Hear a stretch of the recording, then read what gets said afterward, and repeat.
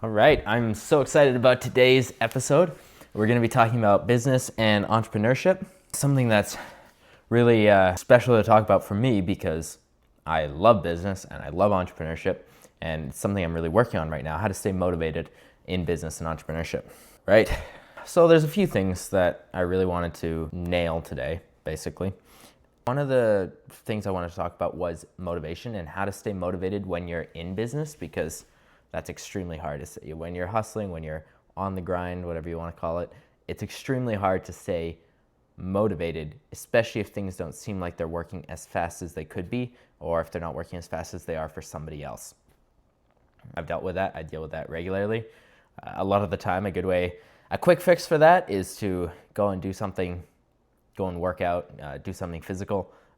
I get that feeling when I've been sitting around too long, I've been watching other people's lives too much and focused not on what I should be focusing on, which is my goals and my own personal growth and not other people's growth, because their growth is completely unrelated to mine. And really to tie that point in, well, I wanted to give you guys an example. And I got this example from Alex Hormozi, which, quick tangent, you should be watching and listening to Alex Hormozi if you're interested in business at all. He's not sponsoring this video or anything like that. He has no idea who I am, but I love his content. He talks about business all the time. He's probably, I would argue, he is the best in the game right now for his niche, which is business and entrepreneurship and marketing, everything. Go watch his videos. He will teach you everything you need to know about business. Anyway, so I got this example from one of his videos, but he got it from someone else. So I'm not stealing it from him. He stole it from someone else, and now we're both stealing it. Imagine you're playing a game. I'll explain the rules really quick. It's you and a friend, and you've got two dice. It's called the infinite dice game. And one of the die has 20 sides, and the other one has 2,000 sides. Both dice only have one green side. The only rules to the game are you can roll as many times as you want. When you roll a green side, one of your red sides flips to green. And when you roll a red side, nothing happens. So what do? You pick up your dice. You don't know how many sides your dice has. Nobody knows. So you pick up your dice and you roll. All you see is the face. And it's a red. So you pick up your dice and you roll again. And you keep doing that, and eventually you roll a green side. And after a while of you continuing to pick up the dice, roll, and redo every single time consistently, over time, green rolls become the new rule and they become the norm, because it has to be that way. The more consistent you are, the more you throw that dice, the more green sides show up, because they're all slowly flipping to green. Now your friend, he's also playing the game. He threw his first dice roll, and it was red. And so he picked it up, he threw it again, did it 4 times in a row, all red. And he looked at you as you got your first green, and he was complaining. He was like, well, what's happening? Clearly he has less sides to his dice. He's getting it easier than me. He's already getting greens, and I'm still stuck on reds. What's happening? But he stops, he quickly starts throwing the dice again, and after another 10 throws, he hits his green side. Boom, he gets a green. But instead of celebrating that, he's upset because it took so long to get to that green side, and he starts complaining to you again about how long it took to get to his green throw. And meanwhile, you're continuing to roll your dice without stopping, and more green sides start showing up, and he realizes he's been wasting time complaining about your rolls. But all he's getting are red sides. He hasn't rolled very often. He hasn't rolled very consistently. So he decides to toss the dice and walk away and say, it doesn't work. And that's the thing about business. There's never winners and losers. There's only winners and quitters. If he had kept rolling his dice, if he'd ignored the fact that you were getting green sides, if he'd kept rolling his dice, he would eventually, even if it was a 2,000-sided dice or a 200,000-sided dice, he would have eventually hit his green side. And over time, he would have eventually been only rolling greens. And we look at a lot of people's lives in a way that's really too bad, especially with social media, because social media has created such a filter bubble or an echo chamber of popular people. And this is because with the algorithm and everything that works on social media, the stuff that gets shown to you is the stuff that other people find interesting. And obviously, wealthy people with successful lives, people showing off their Lamborghinis and their private jets, people who are 20 years old with $1 million in their bank account. Obviously, that's interesting to most people because it's out of the norm. It's not something most people see. So that gets shown to everybody. I see those videos all of the time. The lifestyles that I want to have, that I'm working towards, that somebody else who's also my age already has, or somebody who's very close to my age already has. And it can be very depressing because it's like, well, I'm not getting to where I want to be. I'm only seeing red sides on this dice that I'm throwing. I'm being consistent. I'm not seeing anything change. And he saw it change. And why shouldn't I see it change? Why can't I have the success that he's having? And we need to stop looking at it like that, because we don't get to choose how many sides our dice gets. We don't know how many rolls they've taken. We don't know how long they've been rolling their dice. And we're only getting to see a small sliver of life that's not actually realistic. That's not actually the case for them. They could look at your life and wish they had what you have, because in different areas of your life with your dice rolls, you've done better. But at the end of the day, if you ignore all of that extra noise and you just keep rolling your dice, you're going to get consistently green sides. You're going to win. You're going to eventually be the winner. Because until you die, life is an infinite game of rolls and opportunities and chances. And if you just consistently keep taking those rolls and taking those opportunities and just rolling that dice every single day, your green side's going to come up, you're going to get successful, you're going to have a breakthrough, and it's going to get harder and harder, but eventually those breakthroughs come more often, and they're going to seem like they're the norm instead of the exception, and that's when business and entrepreneurship and success when it comes to monetary things really starts to pick up for you. And I think this is the case for almost any aspect of life. If you're just consistent with good habits, with good values, with your relationships, etc. If you're just consistent and you keep doing the right things and trying to do the right things, you don't even have to do the right things. You just have to try and do the right things and try and learn what the right things are.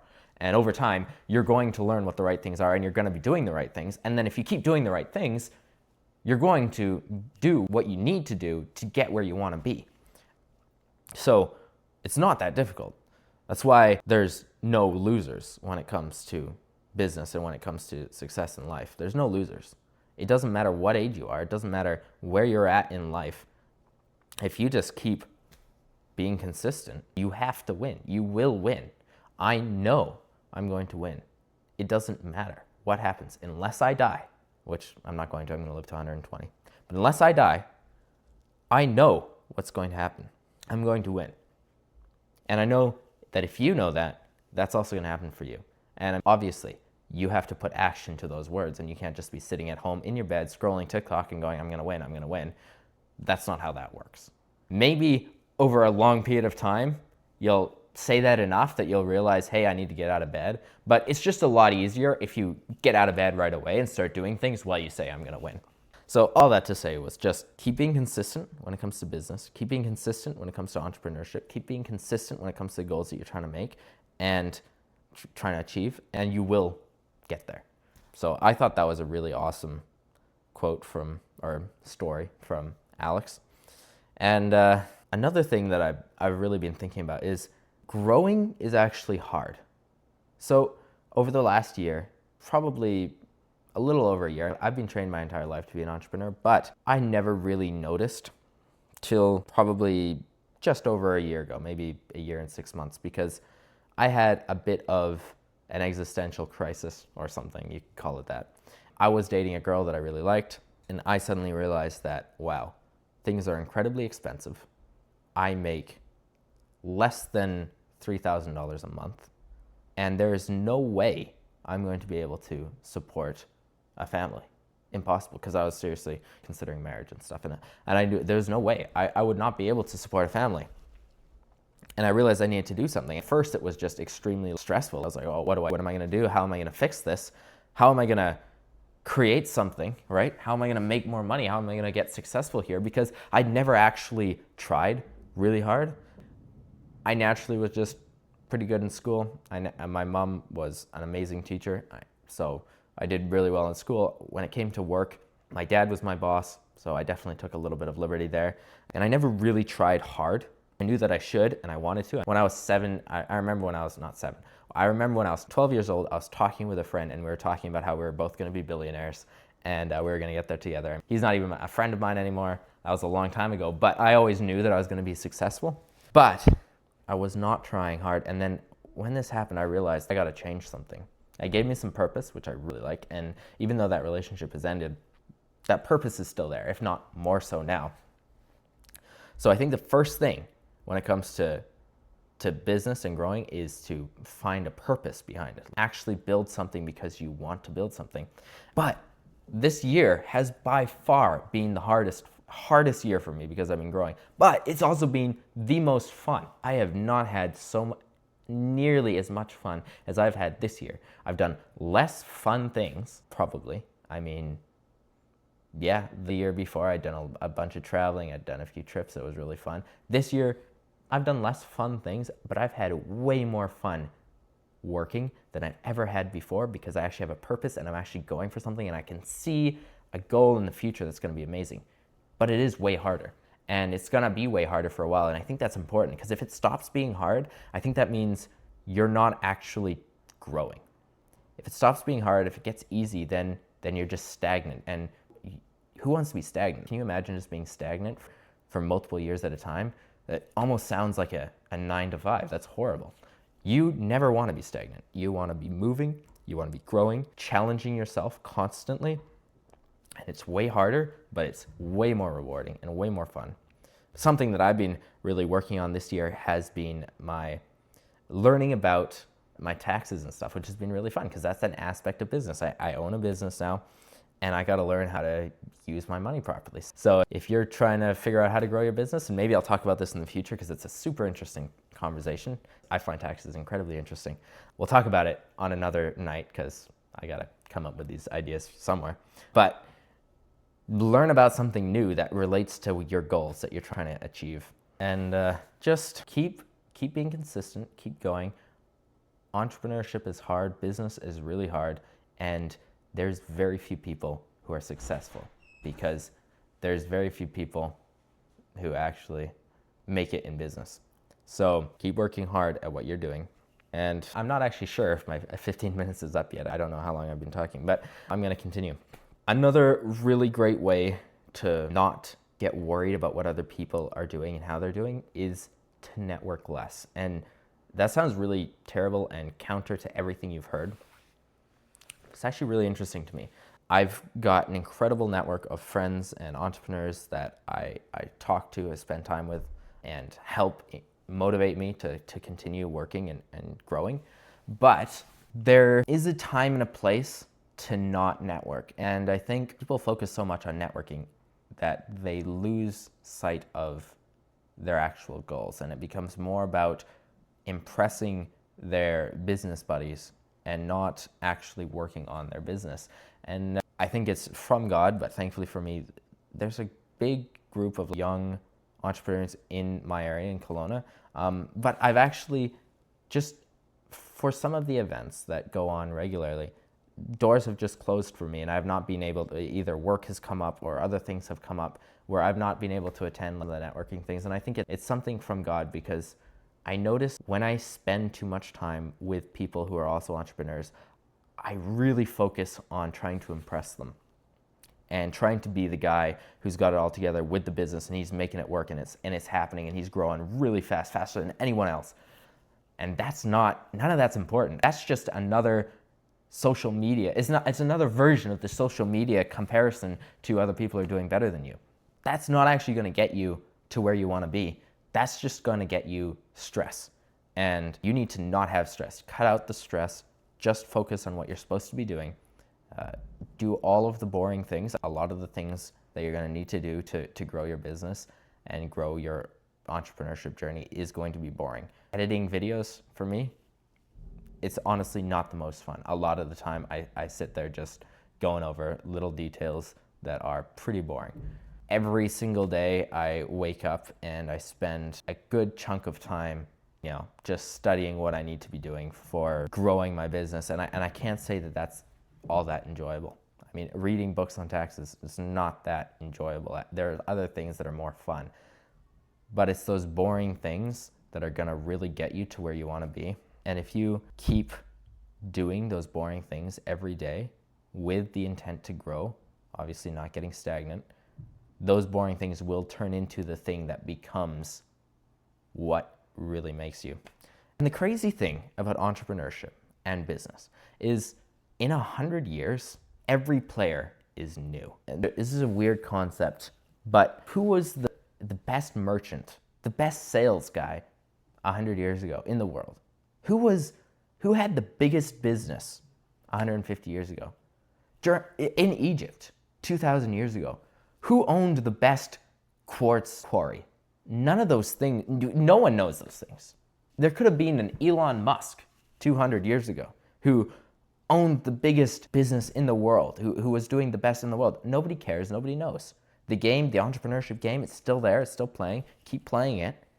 I'm going to be playing it until I die. But you keep playing that game, but in 100 years, all the players are wiped. I mean, okay, so you build up an amazing fortune, you build up an amazing business, and all your kids end up being trust fund kids because you made all the money, and no one's as strong or as motivated or driven as you. So, you know, the second generation, you die, your children, they kind of look after the business. You've got like kids in the Forbes 40 under 40, whatever. You got 10 kids in there, and that's really awesome, but they didn't really make it. You made it.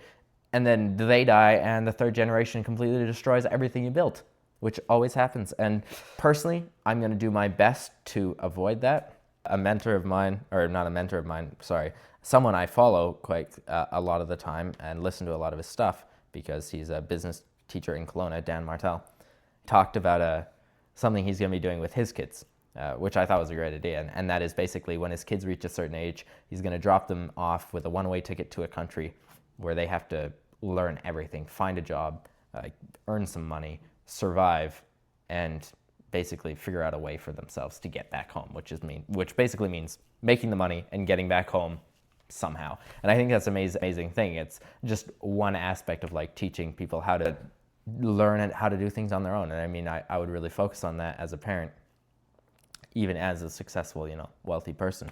But yeah, in 100 years, no one's going to care who you are.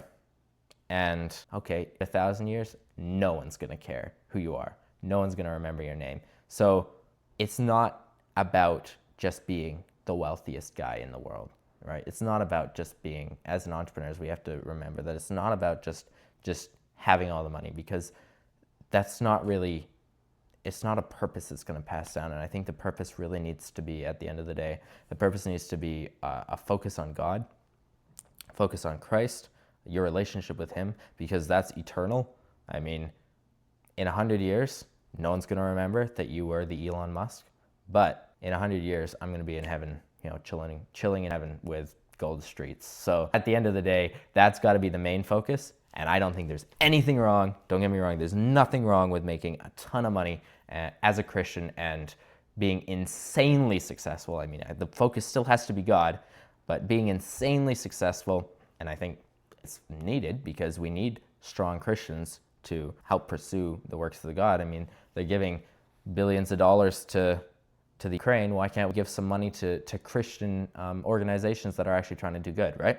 So I think we need billionaires, Christian billionaires, and that's incredibly necessary. But that should be the focus. The focus should be God, his glory, how we can serve him through business, through entrepreneurship, because I personally think God loves business. I think God designed business. I think, let me try and put this into words.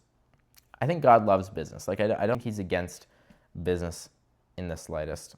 And we even see how he interacted with, Jesus interacted with people who are complaining about taxes, just pay your taxes, this is part of what you have to do. He helped out the disciples when their business, which was catching fish, wasn't going super well. And I think God does love business because he created business and he created entrepreneurship and he created you to want to be an entrepreneur. So I don't think there's anything wrong with that. I think be a wealthy Christian because there aren't enough. But, focus on God first and foremost. God's the main goal, then business. And if you're married, your wife should be number 2. And that should be a topic I want to talk about another time. But yeah, that's all for today because I've been talking for way too long and I got distracted.